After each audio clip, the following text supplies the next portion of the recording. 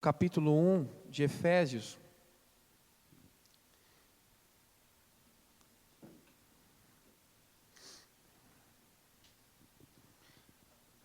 Nós vamos ler do versículo 15 ao versículo 23, amém? Capítulo 1, versículo 15 ao versículo 23. O texto diz assim: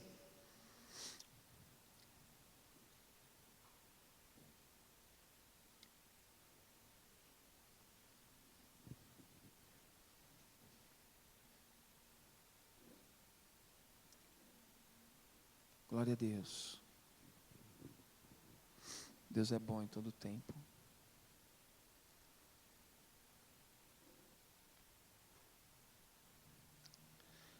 Por essa razão, desde que ouvi falar da fé que vocês têm no Senhor Jesus e do amor que demonstram para com todos os santos, não deixo de dar graças por vocês, mencionando-os em minhas orações. Peço que o Deus do nosso Senhor Jesus Cristo, o glorioso Pai, lhes dê espírito de sabedoria e de revelação no pleno conhecimento dele. Oro também para que os olhos do coração de vocês sejam iluminados, a fim de que vocês conheçam a esperança para a qual Ele os chamou, as riquezas da gloriosa herança dele nos santos, e a incomparável grandeza do seu poder para conosco, os que cremos, conforme a atuação da sua poderosa força. Esse poder Ele exerceu em Cristo, ressuscitando-o dos mortos e fazendo-o assentar-se à sua direita nas regiões celestiais, muito acima de todo governo e autoridade, poder e domínio, e de todo nome que se possa mencionar, não apenas nesta era, mas também na que há de vir. Deus colocou todas as coisas debaixo de seus pés e o designou como cabeça de todas as coisas para a igreja, que é o seu corpo, a plenitude daquele que enche todas as coisas, em toda e qualquer circunstância. Feche seus olhos. Pai, nós te agradecemos pela tua palavra. Nós pedimos que o Senhor, por graça e por misericórdia, revele-nos os segredos, os mistérios, Pai, que estão aqui no texto, para que nós possamos viver conforme a imagem do Filho, sermos transformados diariamente, confortados e confrontados pela palavra de Deus. Nós pedimos, Pai, que seja uma palavra que guie os teus filhos durante a semana, que eles possam ser abençoados, em nome de Jesus, Pai. Ao ouvir o pão que desce dos céus, o pão que alimenta, em nome de Jesus, são essas bênçãos que nós pedimos e te agradecemos. Amém. Na quarta-feira passada, nós vimos a explosão de louvor do apóstolo Paulo a escrever para os Efésios acerca do que é a igreja. Em linhas gerais, olha só, Paulo mostra que a Trindade inteira participa deste processo, cada qual com a sua função. Nós falamos sobre, você lembra? Você que estava. O Pai planeja, o Filho executa e o Espírito sela. Selados com o Espírito Santo. Aí, a partir desta revelação, o louvor de Paulo agora se torna uma grande oração. Do 15 ao 23 é Paulo orando, onde ele vai orar especificamente pela igreja, para que esta também possa entender os mistérios de Deus. Os mistérios de Deus e da igreja.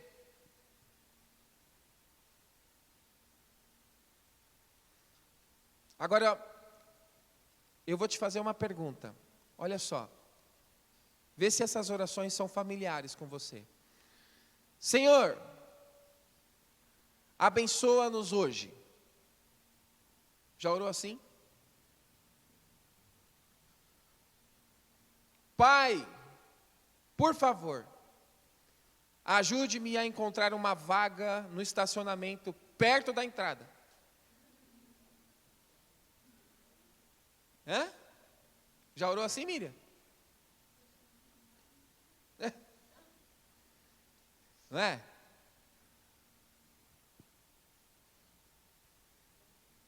Ou se não, se alguém ofendeu você,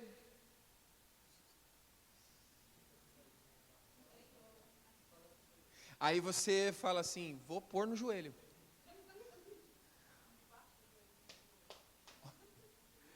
É igual minha mãe, se eu orar, não é? Então, o que está correto nessas orações? Se é que existe alguma coisa correta nessas orações. Ou, o que está errado, caso exista alguma coisa errada nessas orações.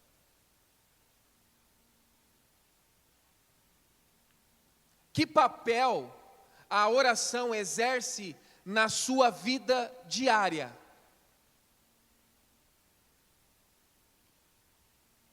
Que papel ela exerce na sua vida diária? Você viu a fala de Paulo aqui?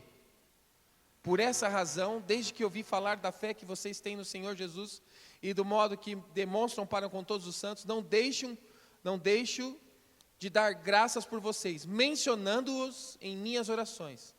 Aí ele começa uma oração, um modelo de oração. Peço que o Deus de nosso Senhor Jesus Cristo, o glorioso Pai, olha o que ele pede.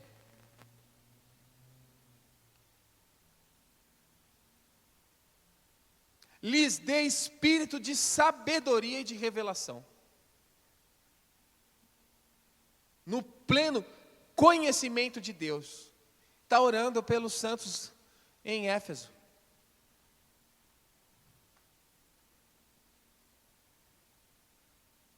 Então é uma oração que ela destoa um pouco da oração contemporânea. Ela destoa, mas veja só. Quando a gente discute os maravilhosos atos de Deus e essa grande herança espiritual que os crentes em Cristo possuem, o apóstolo Paulo espontaneamente lança-se em oração de agradecimento e louvor. Aí vocês precisam se lembrar que essa igreja de Éfeso era próxima a ele, querida por seu coração. Foi ele que fundou a igreja, foi ele que plantou essa igreja lá. Você vai ler Atos capítulo 20, o Lucas, no versículo 17 e 38, diz assim, de Mileto, Paulo mandou chamar os presbíteros da igreja de Éfeso. Quando chegaram, ele lhes disse, vocês sabem como vivi todo o tempo em que estive com vocês, desde o primeiro dia em que cheguei à província da Ásia. Servi ao Senhor com toda a humildade e com lágrimas, sendo severamente provado pelas conspirações dos judeus. Vocês sabem que não deixei de pregar-lhes nada que fosse proveitoso, mas ensinei-lhes tudo publicamente e de casa em casa. Testifiquei, tanto a judeus como a gregos, que eles precisam converter-se a Deus com arrependimento e fé em nosso Senhor Jesus Cristo. Agora, compelido pelo Espírito, estou indo para Jerusalém, sem saber o que me acontecerá lá. Senão que em todas as cidades, o Espírito Santo me avisa que prisões e sofrimentos me esperam. Todavia, não me importo, nem considero a minha vida de valor algum para mim mesmo, se tão somente puder terminar a corrida e completar o ministério que o Senhor Jesus me confiou, de testemunhar do Evangelho da graça de Deus. Agora sei que nenhum de vocês, entre os quais passei pregando o reino, verá novamente a minha face. Portanto, eu lhes declaro hoje que estou inocente do sangue de todos, pois não deixei de proclamar-lhes toda a vontade de Deus. Olha só. E aí com amor ele diz, cuidem de vocês mesmos e de todo o rebanho sobre a qual o Espírito Santo os colocou como bispos, para pastorearem a igreja de Deus, que ele comprou com seu próprio sangue. Sei que depois da minha partida, lobos ferozes penetrarão no meio de vocês e não pouparão o rebanho. E dentre vocês mesmos se levantarão homens que torcerão a verdade, a fim de atrair os discípulos. Por isso, vigiem. Lembre-se de que, durante 3 anos, jamais cessei de advertir a cada um de vocês, noite e dia, com lágrimas. Então, olha só, a afeição de Paulo por esse grupo particular de pessoas, e seu forte desejo de vê-los compreender as gloriosas riquezas da graça de Deus, fizeram que ele se ajoelhasse. Ele se ajoelhou e orou pela igreja, que ele tanto amava, com um pano de fundo, de plano cósmico da salvação de Deus e a luz da eternidade. A intercessão de Paulo adquire uma qualidade de peso. Você tem noção do que Paulo está pedindo para o outro? Ele não faz simplesmente pedidos. Essas orações registradas, elas servem como modelo maravilhoso de como orar. Como que a gente ora por aqueles a quem amamos e por aqueles a quem nós foi dado a responsabilidade de cuidar na fé. Oro para que o Espírito de Deus lhes revele a sabedoria. Olha. Porque se você orar só pelo problema do cara, para que o problema seja sanado, quando vir o outro problema, você vai ter que orar por ele de novo.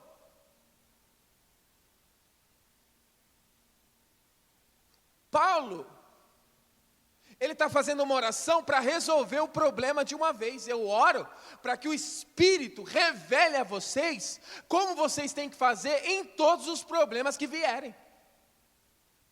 Essa é a minha oração por você. O que destoa das orações contemporâneas é isso. Porque talvez seja um pouquinho rentável eu sempre estar orando por você, por novos problemas. Você já percebeu? Campanha milagrosa do emprego. Aí a gente ora pelo emprego. Campanha milagrosa pela cura. Aí a gente ora. Campanha milagrosa pela família, ora. Então, Paulo, ele está dizendo, peço que o Deus do nosso Senhor Jesus Cristo, glorioso Pai, lhes dê espírito de sabedoria e revelação, no pleno conhecimento de Deus, porque cada problema que vier, vocês vão ter a revelação, a sabedoria, no pleno conhecimento de Deus. É um modelo de oração. Ele não faz simples pedidos.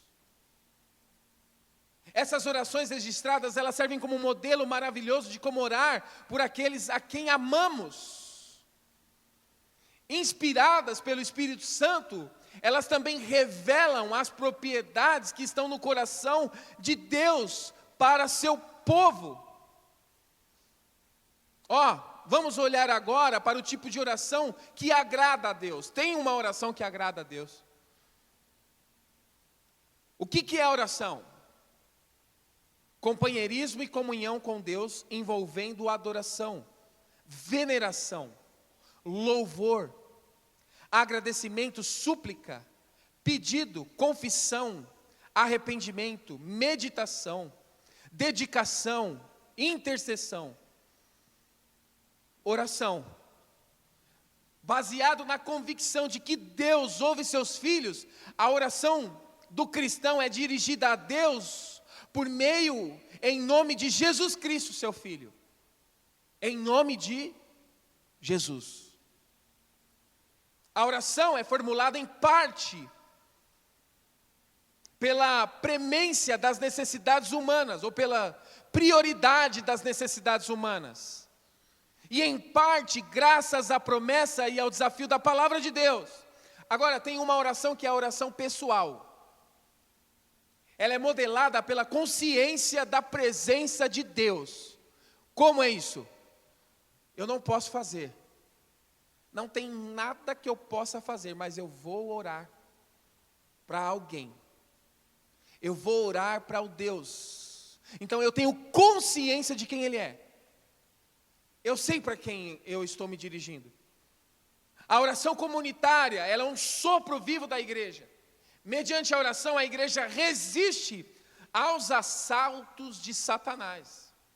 Mateus, capítulo 26, versículo 41, diz assim: vigiem e orem, para que não caiam em tentação. O espírito está pronto, mas a carne é fraca. Em Efésios capítulo 6, o versículo 18 ao 20 diz: orem no Espírito em todas as ocasiões, com toda a oração e súplica. Tendo isso em mente, estejam atentos e perseverem na oração por todos os santos. Orem também por mim, para que quando eu falar, seja-me dado a mensagem, a fim de que destemidamente tome conhecimento o mistério do Evangelho, pelo qual sou embaixador preso em correntes. Orem para que, permanecendo nele, eu fale com coragem, como me cumpre fazer. A oração recebe os dons da graça. Atos capítulo 4, versículo 31. Depois de orarem, tremeu o lugar em que estavam reunidos. Todos ficaram cheios do Espírito Santo e anunciavam corajosamente a palavra de Deus, depois de orarem. A oração, ela ajuda na evangelização. Colossenses 4, o versículo 3 e o 4 diz: ao mesmo tempo, orem também por nós,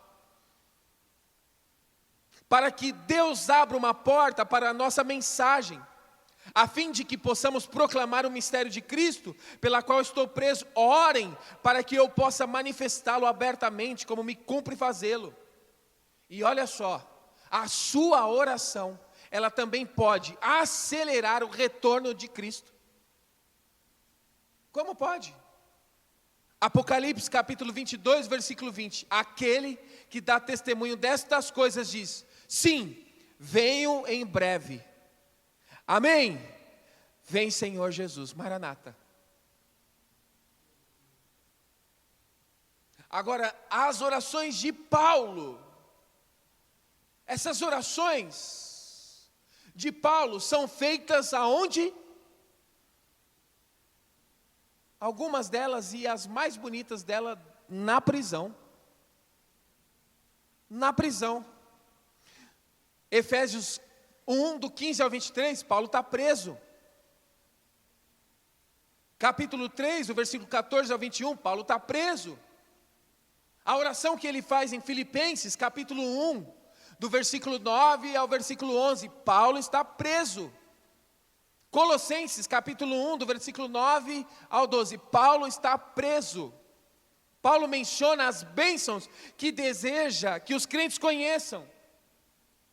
Em nenhuma das orações, Paulo pede bênçãos materiais.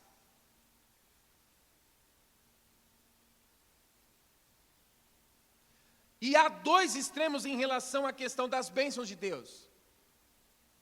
Primeiro, alguns cristãos apenas oram em favor de novas bênçãos, aparentemente ignorando o fato de que Deus já os abençoou em Cristo com toda sorte de bênçãos. Lembra que eu disse na oração? Às vezes você está tão perdido, que você esquece do que você já tem em Cristo. E as suas orações são para que você tenha mais, ou receba o que você entende ainda não ter. Segundo lugar, outros ficam negligentes e não demonstram vontade de conhecer, nem de experimentar com maior profundidade seus privilégios cristãos. O que é importante, Paulo não pede o que não temos, mas pede que Deus abra os olhos do nosso coração para sabermos o que já temos. Ele não pede para Efésios receber, não, ele pede para que Deus abra o olho deles, para que eles vejam que eles já têm. Vocês já receberam, vocês só não estão vendo. Lá no versículo 15, ele demonstra a marca registrada do povo de Deus: amor para com todos os santos. Olha lá, por essa razão, desde que ouvi falar da fé que vocês têm no Senhor Jesus e do amor que demonstram para com todos os santos, uma marca da igreja, a igreja de Éfeso. Ó, 1 João capítulo 4 e o versículo 8 diz assim: quem não ama não conhece a Deus, porque Deus é amor.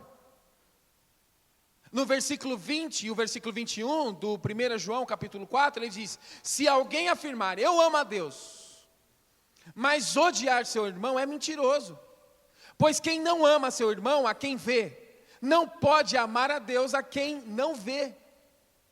Ele nos deu este mandamento: quem ama a Deus, ame também a seu irmão. Por isso que Paulo vem e diz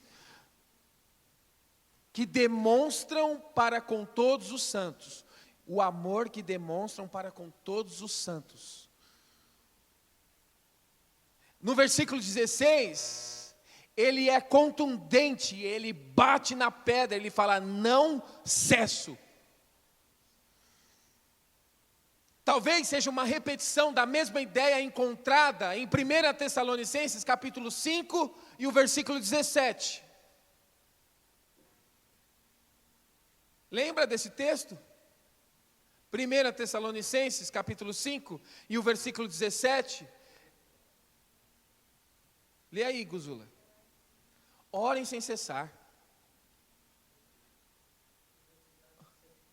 Regozijai-vos sempre no Senhor. E orai sem cessar. Olha, gente, sabe o que é orar sem cessar? Orar sem cessar não é você ficar dobrando o joelho toda hora na sua casa e orando, não é isso. Orar sem cessar, Paulo está dizendo assim: relacionem-se com Deus sem cessar. Tenham um relacionamento com Deus de tal modo que quando você acorda, você está conectado com Ele. Antes de você dormir, você está conectado com Ele. Orem sem cessar, relacionem-se sem cessar. Falem com Deus sem cessar. Ele é o seu Pai.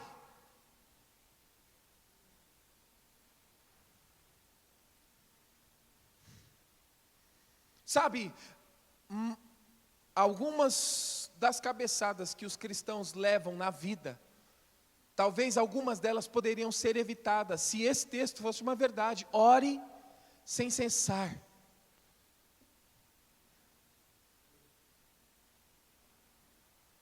Paulo ora para que a igreja tenha discernimento espiritual. O apóstolo faz um duplo pedido em sua oração. Olha aí o versículo 17. Em primeiro lugar, ele pede espírito de sabedoria, para que o Deus de nosso Senhor Jesus Cristo, o Pai da glória, vos dê o espírito de sabedoria. Defina a sabedoria. Se você for orar pelos olhares de Aristóteles, ele definia sofia, sabedoria, como o conhecimento das coisas mais preciosas.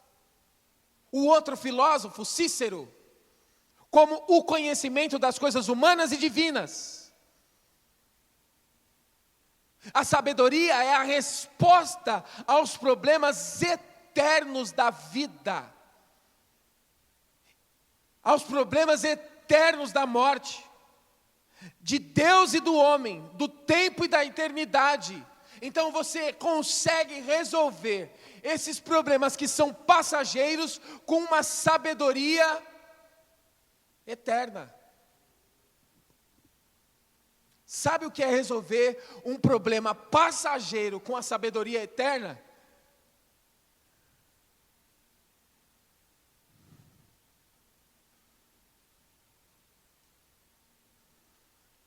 A sabedoria é o conhecimento iluminado por Deus.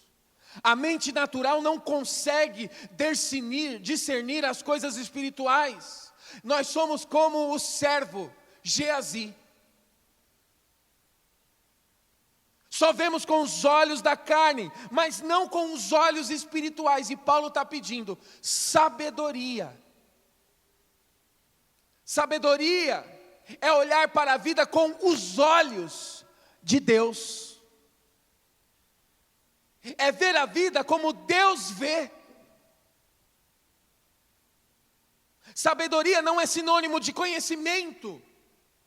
Há muitas pessoas que têm conhecimento, mas são tolas, não têm sabedoria. A sabedoria é o uso correto do conhecimento.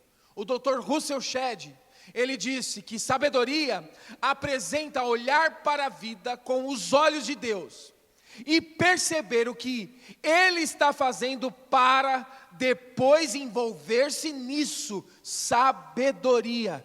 O que é que Deus quer com esse problema? O que Deus quer fazer com essa situação tão horrenda? Sabedoria não é a força do seu braço. Deu um pepino, você vai lá e fez. Comigo é assim. Está feito. Não. Paulo está pedindo para a igreja sabedoria. Olha primeiro. Gente, nós estamos vivendo um tempo difícil. Sabe que tempo difícil é esse? Tempo que analisar é estar não fazendo nada. Você não vai fazer nada, não? Uai, eu estou fazendo. Está fazendo o quê? Estou analisando. Eu estou pensando. Você acha que você tem um cérebro desse tamanho para quê? É para evitar o instinto. É para evitar de chegar e fez. Agora está tarde demais, agora você já fez. Por isso que Paulo fala, sabedoria, para você olhar o problema com um olhar divino, com um olhar eterno, olhar a circunstância com um olhar de Deus, o que Deus tem para a minha vida nesse projeto, o que Deus tem para a minha vida nesse ônus, o que Deus tem para a minha vida nesse acidente, o que Deus tem para a minha vida nesta causa, o que é que Deus tem para a minha vida?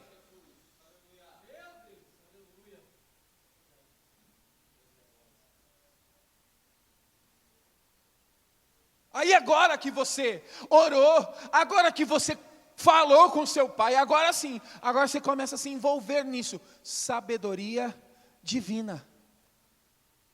Sabedoria divina. Em suma, Paulo pede a Deus que os crentes tenham uma predisposição para o conhecimento e a compreensão por meio da devoção, que só é possível ocorrer a uma mente redimida e santificada.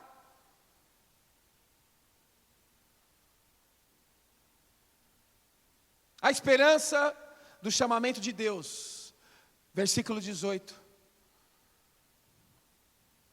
Olha aí, o versículo 18. Oro também para que os olhos do coração de vocês sejam iluminados, a fim de que vocês conheçam a esperança. Sabe, no mundo antigo, era um mundo sem esperança. Se você olhar aí em Efésios capítulo 2, versículo 12, você vai ver Paulo falando de um mundo sem esperança.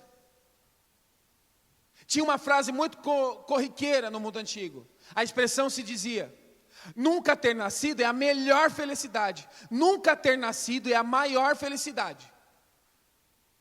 A segunda é morrer ao nascer. Sem esperança nenhuma. Para os crentes, o futuro era glorioso, pois Deus Pai nos escolheu e nos adotou, Deus Filho nos redimiu e nos perdoou, e Deus Espírito Santo nos selou e nos deu uma garantia, a esperança da glória de Deus. O futuro não era mais algo que se devia temer, ou que se devia aceitar com resignação. Deveria agora ser encarado com anelo e segurança. Paulo ora para que a igreja venha a conhecer e a experimentar essa gloriosa esperança. A esperança ressuscitou. Ele ora para que a igreja possa usufruir toda a sua riqueza espiritual. Paulo diz que nós somos a herança de Deus. Nós somos a herança de Deus. Como pode? Deus olha para nós e vê em nós sua gloriosa riqueza. Ele olha para você e vê a herança dele.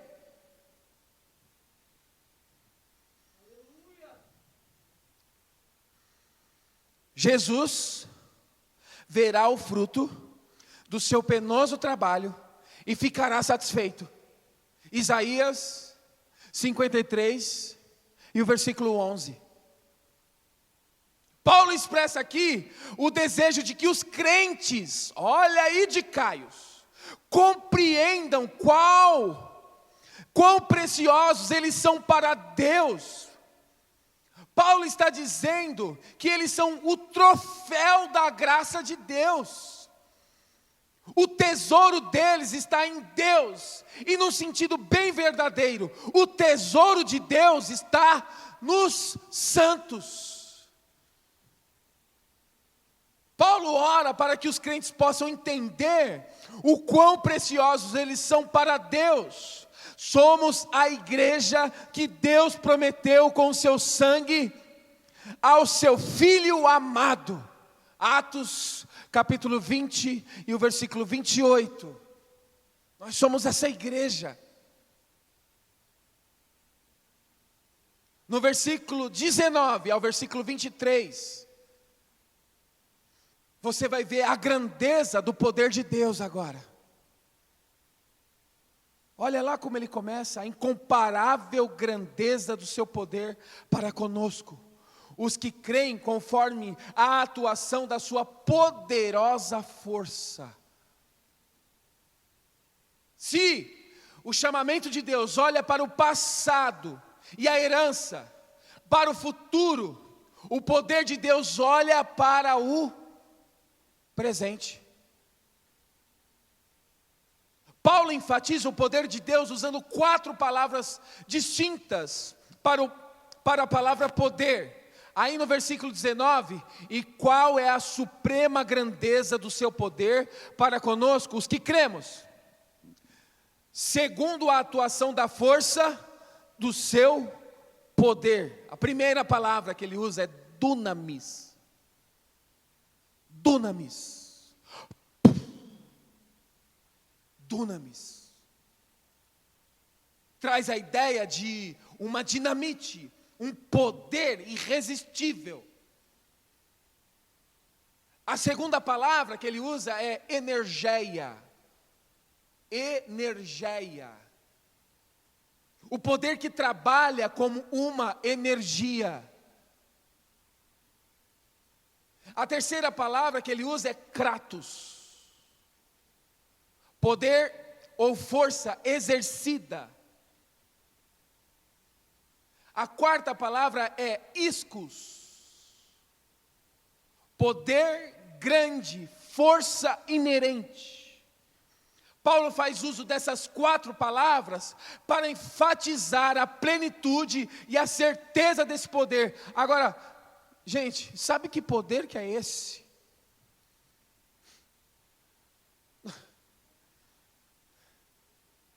Você sabe que poder é esse?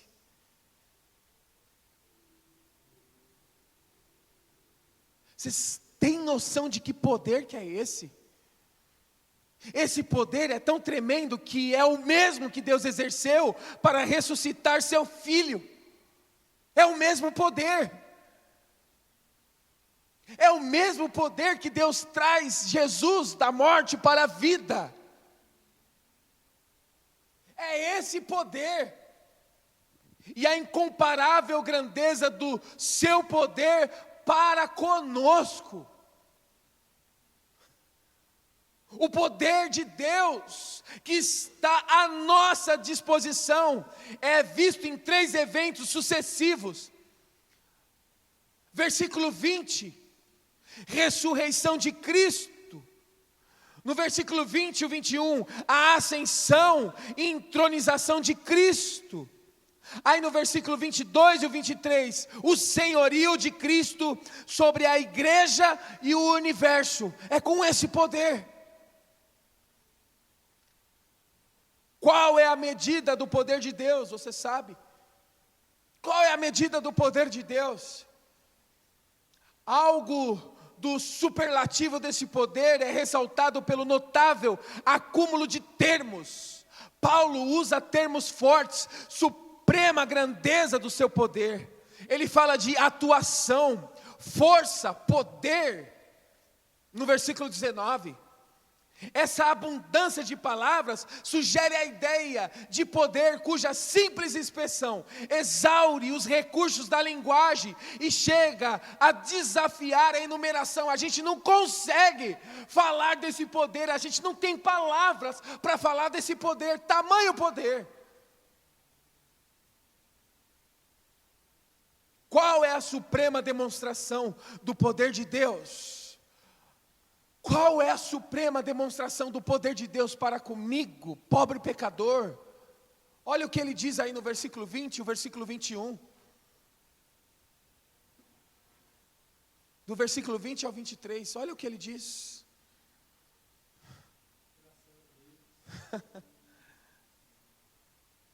Ele diz, esse poder ele exerceu em Cristo, ressuscitando-o dos mortos e fazendo-o assentar-se à direita nas regiões celestiais, muito acima de todo governo e autoridade, poder e domínio e de todo nome que se possa mencionar, não apenas nessa era, mas também na era que há de vir.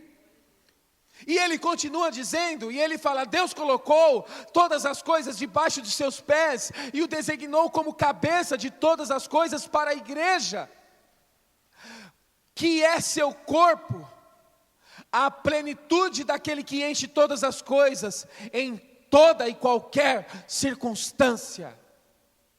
Esse é o poder de Deus. Esse é o poder de Deus.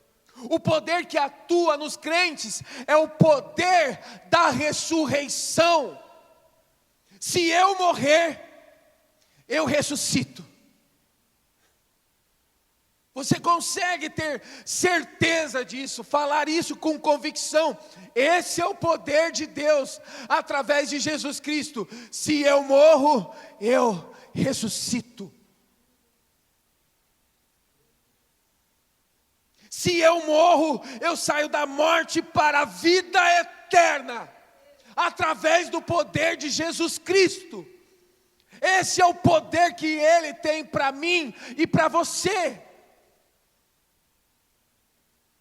É o poder que ressuscitou a Cristo dentre os mortos, assentou à direita de Deus e lhe deu a soberania sobre o universo inteiro. A morte de Cristo é a principal demonstração do amor de Deus. A gente já sabe muito bem disso. Mas a ressurreição de Cristo é a principal demonstração do poder de Deus. Ele morreu, mas ao terceiro dia, Ele ressuscitou, foi ao inferno e tirou a chave da morte do diabo, e Ele assentou-se à direita de Deus Pai. É esse poder que está disponibilizado para todos os crentes. É esse poder. Paulo apresenta 3 afirmações a respeito do que Deus faz em Cristo e por seu intermédio. Em primeiro lugar, a ressurreição e exaltação de Cristo. A ressurreição autenticou o mistério do Senhor, selou sua obra de redenção, marcou o começo de sua glorificação e foi a confirmação pública de que o Pai aceitou seu sacrifício. Depois de haver ressuscitado a Cristo dentre os mortos, Deus manifestou seu poder, fazendo-o assentar-se à direita do seu trono. Versículos 20 e 21. Sabe o que quer dizer a direita de Deus? É uma figura de linguagem indicando o lugar de supremo privilégio e autoridade. A mais alta e autoridade do universo foi tributada a Cristo. Olha o que o próprio Cristo diz lá em Mateus, capítulo 28 e o versículo 18. Então Jesus aproximou-se deles e disse: foi-me dada toda a autoridade no céu e na terra.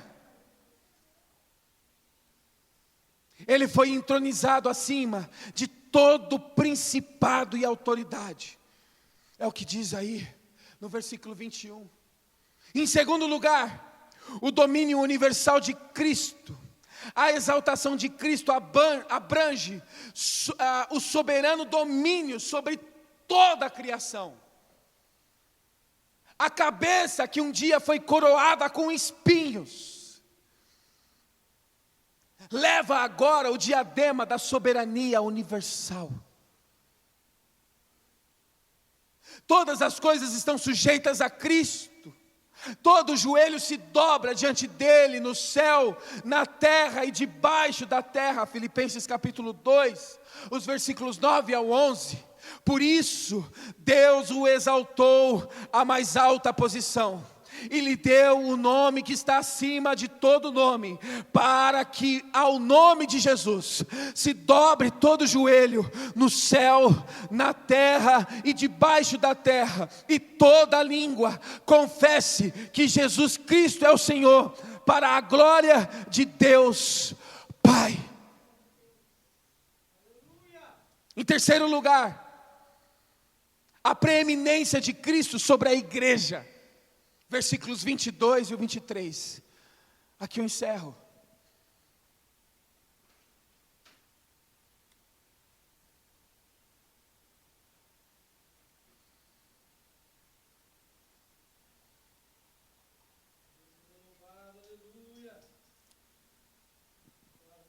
A igreja inteiramente depende de Cristo, De Cristo, a igreja deriva a sua vida, seu poder e tudo quanto é necessário à sua existência. Tanto o universo quanto a igreja tem em Jesus Cristo o mesmo cabeça. A igreja é a plenitude de Cristo. A igreja está cheia da sua presença, animada pela sua vida, cheia com seus dons, poder e graça. A igreja é o prolongamento da encarnação de Cristo. A igreja é o seu corpo em ação na terra. A igreja está cheia da própria Trindade. Olha aí o versículo 23 do Filho. Depois lá no capítulo 3, o 19 do Pai. O capítulo 5 e o 18, o Espírito Santo. Esse é o poder que Jesus tem sobre o universo e sobre todos aquele que chamou da morte para a vida. Lembra da canção? Eu era pobre, perdido, sem Deus, sem Jesus. E aí vem o texto: quando Ele estendeu a sua mão.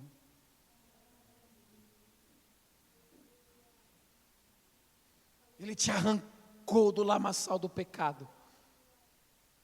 Ele te arrancou das veredas tortuosas. Quem era você? E o que Ele fez com você? E através de você. Esse é o poder de Deus. No tocante à sua essência divina, Cristo, em sentido algum, pôde depender da igreja, nem ser completado por ela. Contudo, presta atenção nisso. Como esposo, ele é incompleto sem a esposa. Como videira, não se pode pensar nele sem os ramos. Como pastor, não se pode vê-lo sem suas ovelhas. E também como cabeça,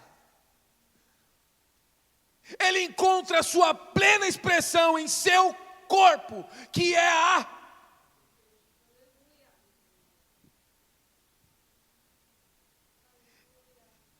é esse poder emanando assim, ó. É esse dunamis emanando do cabeça para a igreja.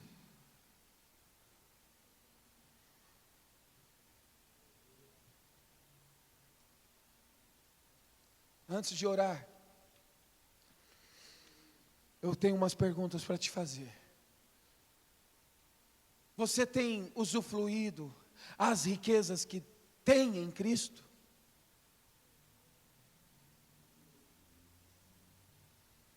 Você tem crescido num relacionamento íntimo com Deus? Você conhece mais a Deus? Você tem fome de Deus? Você compreende a esperança do seu chamado? De onde Deus o chamou? Para que Deus o chamou? E para onde Deus o chamou? Você compreende o quão valioso você é para Deus através da morte redentora de Jesus Cristo? Você tem experimentado de forma prática o poder da ressurreição em sua vida? Ou você só é crente?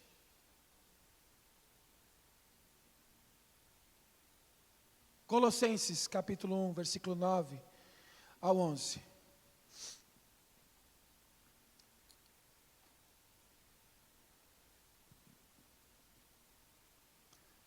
Glória a Deus.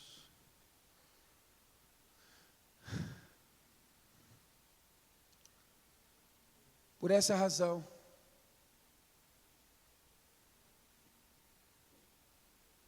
Desde o dia em que o ouvimos, não deixamos de orar por vocês e de pedir que sejam cheios do pleno conhecimento da vontade de Deus, com toda a sabedoria e entendimento espiritual.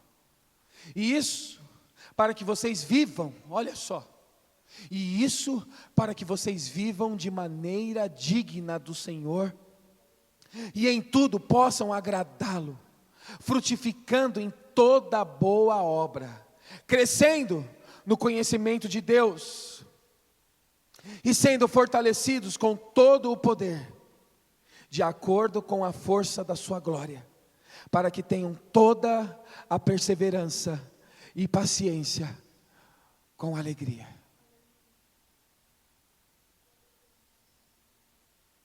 Você tem usufruído as riquezas que tem em Cristo? Medite nisso.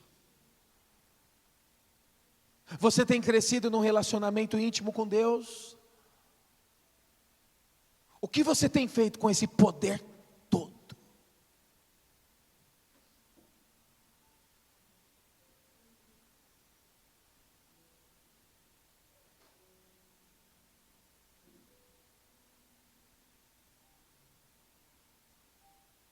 O quê?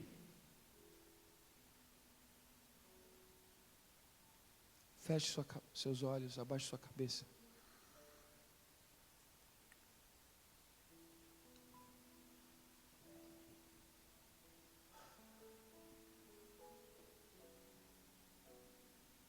Pai, nós te louvamos, te agradecemos, porque o teu poder opera em nós. Às vezes nós somos tão mesquinhos, nós estamos dobrando os nossos joelhos para pedir coisas tão mesquinhas, quando o Senhor já nos deu um poder tão imensurável. E nós pedimos que o Senhor nos lembre, essa oração que Paulo faz, que o Senhor nos dê sabedoria, que o Senhor nos dê sabedoria, para que a gente possa ver, para que a gente possa enxergar, Pai, aquilo que o Senhor tem para as nossas vidas. Pai, às vezes nós não conseguimos ver como Geazi não viu, mas esse poder está emanando em nós, porque o Senhor é o cabeça da igreja. O Senhor está jorrando em nós esse poder, Pai. Nós pedimos as tuas bênçãos, Pai, sobre os negócios dos teus filhos. Nós pedimos as tuas bênçãos sobre a saúde dos teus filhos. Nós pedimos as tuas bênçãos, Pai, sobre o relacionamento familiar dos teus filhos. Pai, nós pedimos as tuas bênçãos, Pai, para que haja paz e para que haja reconciliação dentro do lar. Em nome de Jesus Cristo, nós repreendemos no poder que o Senhor tem nos dado, toda briga, toda discórdia dentro da casa. Em nome de Jesus, todas palavras demoníacas sendo ditas pela boca de cristãos, nós repreendemos agora em nome de Jesus. Nós repreendemos agora em nome de Jesus. A nossa casa é altar de adoração. A nossa casa não é rinha de guerra. A nossa casa não é rinha de ofensas. Não ganha mais o que ofende mais. Em nome de Jesus, Satanás. Em nome de Jesus. Eu repreendo agora toda a prepotência. Eu repreendo agora em nome de Jesus toda a arrogância. Eu repreendo agora aí dentro dessa casa. Sai em nome de Jesus. Em nome de Jesus.